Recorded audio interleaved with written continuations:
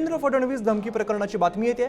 शरद पवारांच्या राष्ट्रवादीच्या social media सेलच्या योगेश सावंतला या संदर्भात अटक करण्यात आलेली आहे। योगेश सावंतसाठी रोहित पवारांचा पोलिसांना फोन केल्याचा आशिष शेलार म्हणतात। महाराष्ट्रात जातीवाद पसरवण्याचे प्रयत्न भाजप आमदारांचा आरोप केला जातोय, तर विधिमंडळामध्ये आशिष शेलार आणि राम कदमांचे रोहित पवारांवरती गंभीर आरोप बघायला मिळत आहेत।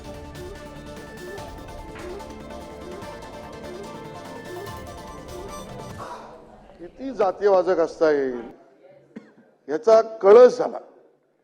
एक समाज 3 मिनिटात आम्ही संपवू, एक समाज 3 मिनिटात संपवू, त्याच्या पुढे देवेंद्र फडणवीस तुला संपवू।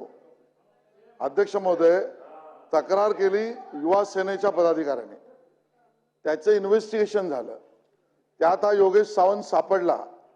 तो योगेश सावंत स्वतः म्हणतो मी राष्ट्रवादी काँग्रेसचा शरदचंद्र गटाचा पदाधिकारी आहे, आयटी सेलचा। तो सापडला, त्याच्यानंतर ज्या सदस्याचं नाव त्यांनी शरदचंद्र पवार गटाचा म्हटलंय, शरद पवारांचं नाव नाही घेतलं, त्यांच्या पक्षाचं नाव घेतलंय, आणि त्यामुळे माननीय विरोधी पक्षनेत्यांना कदाचित चेक करा तुम्ही, ते बोलले राष्ट्रवादी काँग्रेस शरदचंद्र गट हे बोललेत। अध्यक्ष महोदय, रोहित पवारांनी स्वतः सिनियर इन्स्पेक्टरला फोन केला। अध्यक्ष महोदय, काय संबंध? अध्यक्ष महोदय, या जातीवाचक शब्दाला उपमुख्यमंत्र्याला संपव, आणि म्हणून आम्ही म्हटलं अध्यक्ष महोदय, मराठा समाज शांततेने आंदोलन करतो।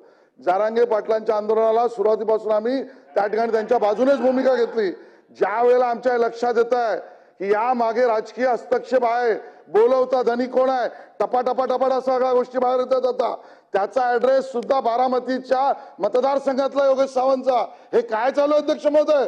कोण राष्ट्रवादीचा, कोण रोहित पवारांचा संबंध आहे सगळ्या गोष्टींचा अध्यक्ष महोदय? आणि म्हणून माझी विनंती आहे, चौकशी आता आपण आदेश हा द्यायला पाहिजे की चौकशीमध्ये याच्या मागे योगेश सावंतच्या मागे कोण कोण आहेत, राष्ट्रवादीचा संबंध काय, शरदचंद्र गटाचा, रोहित पवारांनी फोन केला होता का, त्याचं कारण काय, या सगळ्याची चौकशी झाली पाहिजे अध्यक्ष महोदय, ही माझी मागणी आहे अध्यक्ष महोदय। मी सांगितलं देवेंद्र फडणवीस ही व्यक्ती आमच्यासाठी देव माणूस आहे। अध्यक्ष महोदय, आमच्या फडणवीस साहेबांबद्दल जर कुणी असं बोलणार असेल, हा इसम कोण आहे? पोलीस स्टेशन मध्ये माहिती घेतली, याचं नाव आहे योगेश सावंत।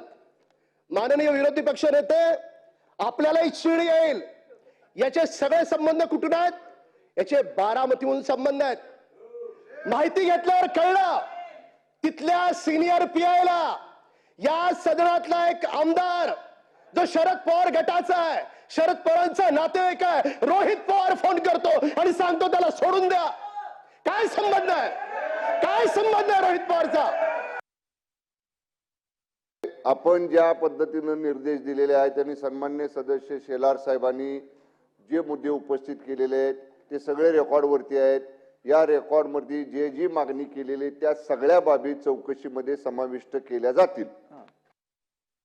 आशिष शेलार साहेब, योगेश सावंत आमचा कार्यकर्ता आहे, पवार साहेबांच्या बाजूली तो लढत आहे, आणि त्याच्यावर काल कारवाई झाली। पोलिसांनी त्याला पोलीस स्टेशनला काल आणलं होतं, जबाब घेतला, 1 दिवस तिथं पोलीस ठाण्यामध्ये ठेवलं सुद्धा, आणि आता त्याला कोर्टात घेऊन जात आहेत।